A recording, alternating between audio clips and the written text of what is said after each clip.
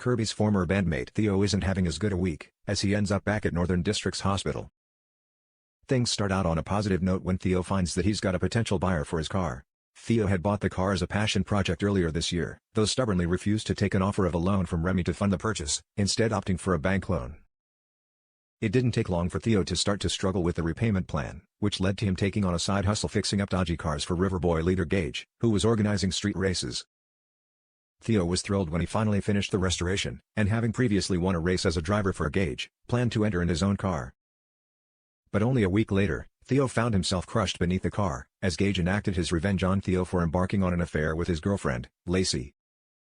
It was touch and go for Theo when he was eventually saved by Sonny, and after several weeks of rehab and a further run-in with the River Boys, it's understandable that Theo now just wants to get rid of the car and the memories it holds. With the increase in value since its restoration, Theo is hoping the sale will enable him to pay back the loan and earn a nice little profit, which he may be able to send Lacey's way if she's willing to accept some financial help.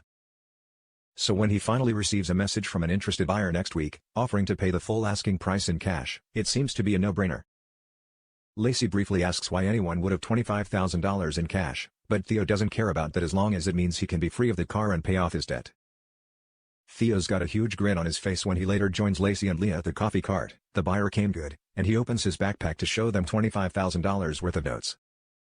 Leah's immediately on red alert as she warns Theo he shouldn't be walking around with that sort of money, but he assures her that he's heading straight to the bank. As Leah gets up to serve a customer at the cart, Ryan, none of them notice him discreetly watching Theo. A short while later, Theo's walking through the pines en route to the bank, when Ryan runs up from behind and grabs Theo's bag. As Theo quickly turns around, he has no time to reach before he's met with a right hook to the face and collapses to the ground, out cold. Barely recovered from his previous injuries. Will Theo be okay as he's rushed back into a